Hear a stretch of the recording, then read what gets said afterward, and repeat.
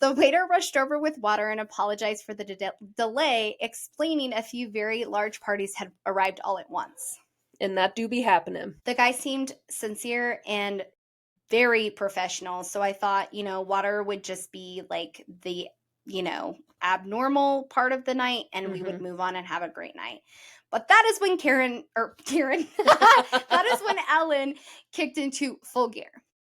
"We need a kids menu," she informed the waiter. He said they didn't have kids menus, but that the chef could simplify most dishes. "What do you mean you don't have a kids menu?" Ellen replied. It's a steakhouse, in lady. total disbelief, as though he had said they didn't have a fire exit.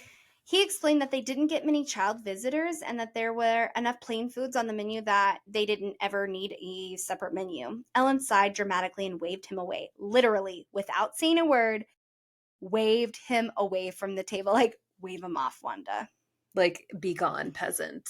How dare you? Yeah, I tried to give him an apologetic glance, but understandably, he didn't look back our way. Yeah. I was so glad the poor guy left and didn't have to be subject to her anymore.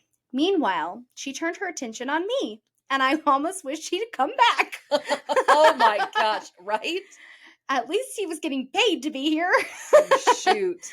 She was like, "So you're a screenwriter?"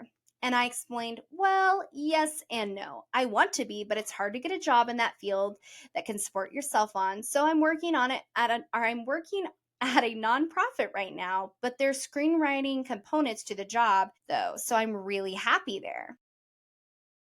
Ellen turned to her 6-year-old and went, "Hear that, hun?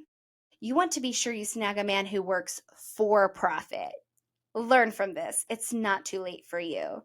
I couldn't tell if she was trying to be funny or not, so I just let it pass, looking over to my girlfriend to see if she's even considering speaking up on my behalf. Nope.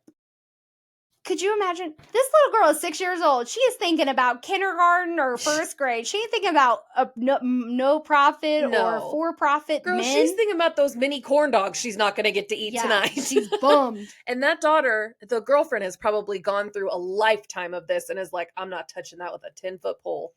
But shame on her if she doesn't. The waiter came back visibly nervous. That hurt because he was so relaxed and personable at the start of the meal. Oh. He asked if we'd like to hear the specials before we ordered, and Ellen said sure. Here's how that went.